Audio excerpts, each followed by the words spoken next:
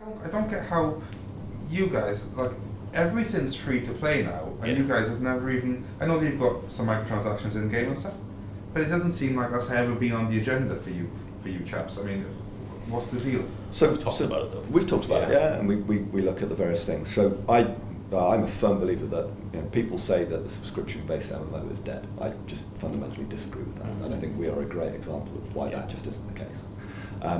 You look at people.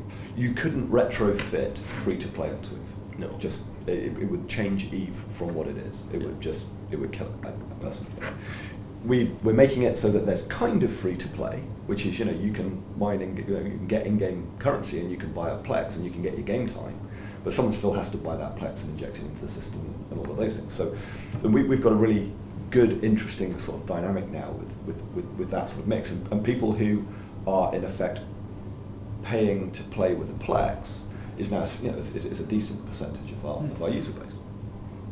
But you look at the companies who did go free to play, they retrofitted it on, and that was because their games were failing. Their games they didn't care about the tiny nugget of players who were still playing it, because they knew that they would get a huge number of other people and they would be actually more profitable.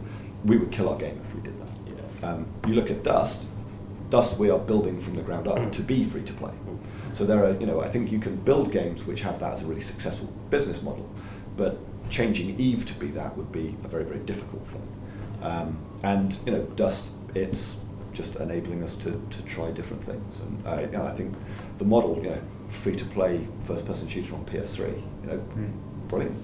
I think it'll be incredibly successful. And I think you could have, back in 2003, built an Eve which was free to play, but it'd be a very different game to what we have now.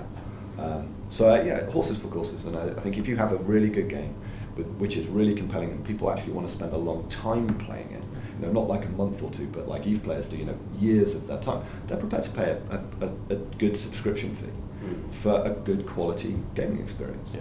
And in the UK now we're changing over to doing paying in pounds. We're pricing it much more competitively in the UK marketplace. And the response I've had from all the UK players is fantastic, brilliant. Yeah, we'll give you our money. It's not saying, "Oh, can't we go free to play?" And no, they're like, "Yeah, brilliant, happy to pay that money." In fact, even more so now, it's in effect it's discounted from what they have been paying in the past.